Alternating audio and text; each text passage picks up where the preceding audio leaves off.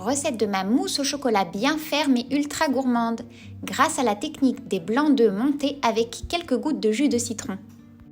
Elle a le goût intense du chocolat noir et une texture toute fine avec plein de microbules. Retrouvez la liste des ingrédients à la fin de cette vidéo.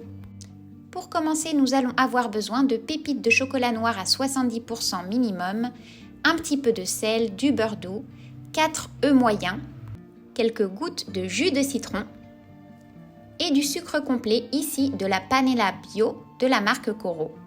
N'oubliez pas, Cuisine en Scène, c'est mon code promo pour obtenir 5% sur leur site.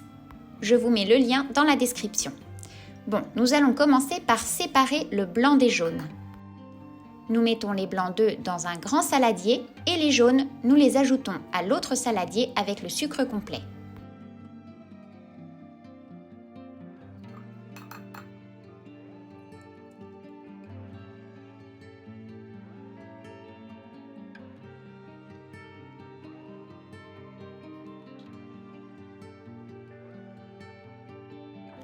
Ensuite, il nous faudra battre les jaunes d'œufs avec le sucre complet immédiatement, de manière à éviter que les jaunes ne cuisent dans le sucre. C'est très important.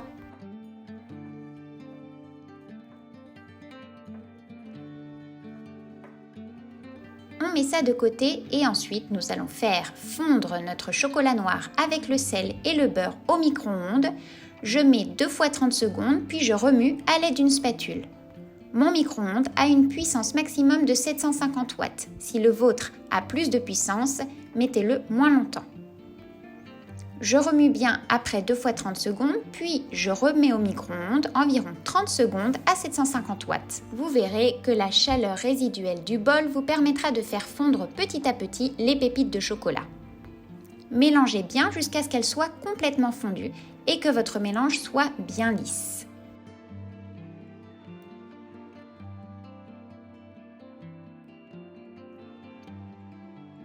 Une fois que cela est fait, nous mettons de côté et nous allons nous occuper de nos blancs d'œufs. Nous ajoutons quelques gouttes de citron à la place du sel que nous mettons d'habitude, car oui, j'ai démystifié la légende de nos grands-mères qui affirme que le sel aide à monter les blancs d'œufs.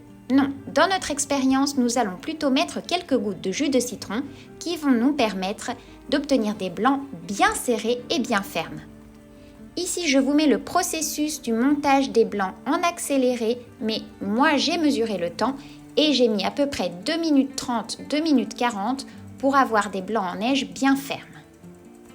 Si vous mettez du sel, comme vous l'avez toujours fait, vous aiderez les blancs à monter, mais plus tard, votre mousse de blanc ne tiendra pas suffisamment.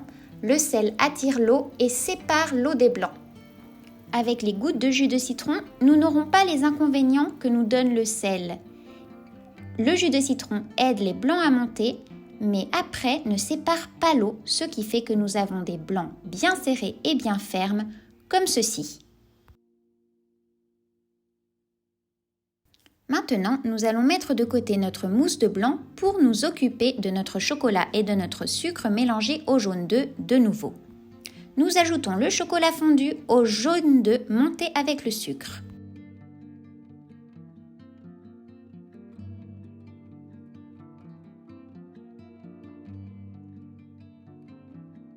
Nous fouettons le mélange jusqu'à ce qu'il soit bien intégré.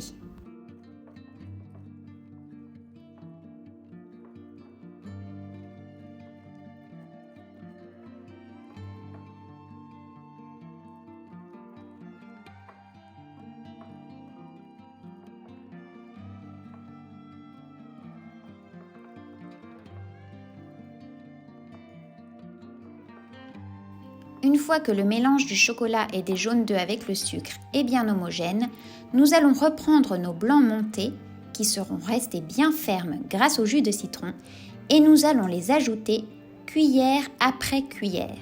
Observez bien le geste que j'effectue avec ma spatule.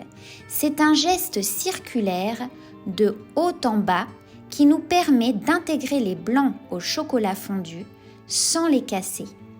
Ce geste doit être régulier, délicat et lent. Je vais vous le mettre en accéléré pour que vous ne vous ennuyiez pas ici et que vous ne partiez pas. Mais sachez que ce geste reste lent et délicat pendant tout le processus.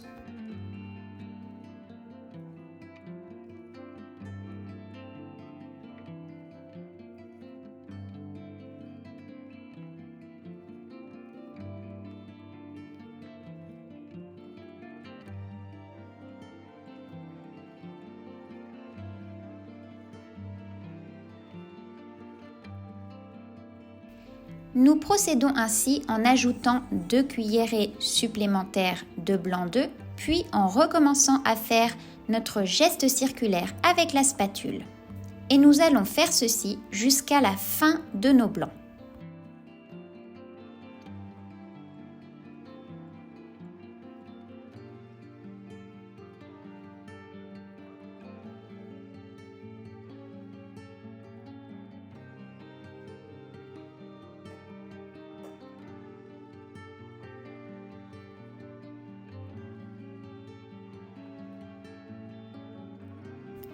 Moi, je vais vous l'avouer, comme j'étais un tout petit peu pressée, j'ai ajouté la fin des blancs en une seule fois et je pense que j'aurais dû recommencer à mettre seulement 2 cuillerées plutôt qu'à tout mettre.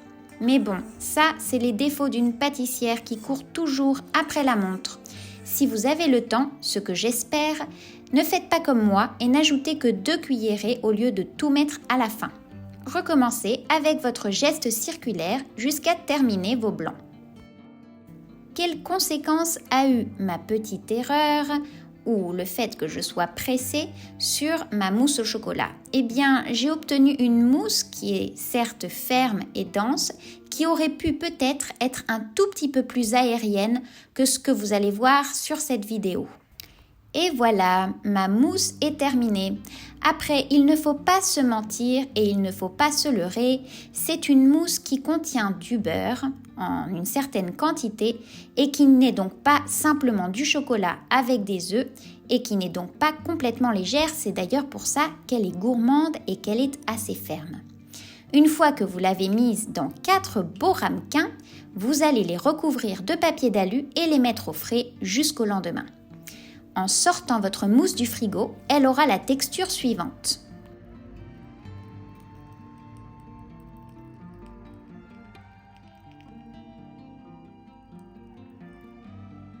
Avez-vous entendu le petit bruit de la mousse en plus de celui des voitures de ma rue? Si ce n'est pas le cas, remettez la vidéo un peu avant pour l'écouter. Ce que je peux vous dire, c'est que cette mousse a eu un succès de dingue. Mes parents m'ont dit qu'elle était vraiment exquise. Et moi qui adore les mousses au chocolat bien fermes, j'étais comblée. Voici les ingrédients, les gourmands. N'hésitez pas à multiplier. J'espère que cette recette vous a plu et que si vous voulez voir plein d'autres recettes et de vidéos, vous vous abonnerez.